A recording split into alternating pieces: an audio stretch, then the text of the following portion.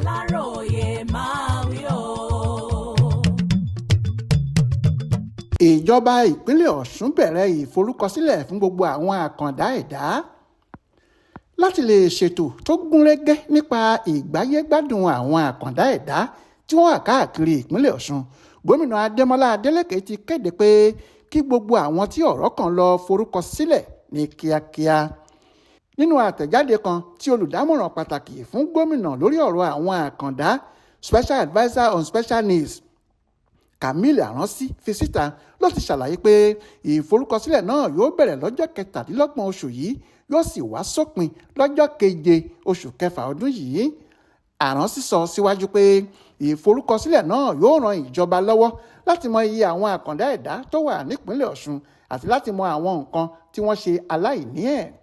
Nípasẹ̀ èyí, ó ní ìjọba yóò lè ṣe onírúurú ètò níbàámu pẹ̀lú ohun tí ẹnìkọ̀ọ̀kan wọn bá ṣe aláìní, yàtọ̀ sí ọwọ́ tí àwọn ìjọba tó ti kọjá lọ fi mú ọ̀rọ̀ wọn tẹ́lẹ̀ rí. Ó ní ìjọba gómìnà Adélékè kì í ṣe fún àwọn èèyàn kan bí kò ṣe ìjọba tó wà fún gbogbo èèyàn ìpínlẹ̀ Ọ̀ṣun láì fi ti ìpèníjà ẹnikẹ́ni ṣe rárá. Ẹ̀tọ́ kan náà sì ni gbogbo aráàlú ní lábẹ́ ìṣèjọba náà. Aronsi ṣàpèjúwe gómìnà Adélékè gẹ́gẹ́ bí aláàánú tó sì nífẹ̀ẹ́ àwọn àkàndá tí wọ́n wà nípìnlẹ̀ wọn láì fi ti ẹgbẹ́ òṣèlú tàbí ẹ̀yà ṣe rárá. Ó wá ké sí àwọn èèyàn ọ̀hún láti ṣe kíákíá kí wọ́n lọ forúkọ sílẹ̀ pẹ̀lú àlàyé pé wọn kò ní san owó kankan fún ẹnikẹ́ni láti forúkọ ẹ̀ sílẹ̀.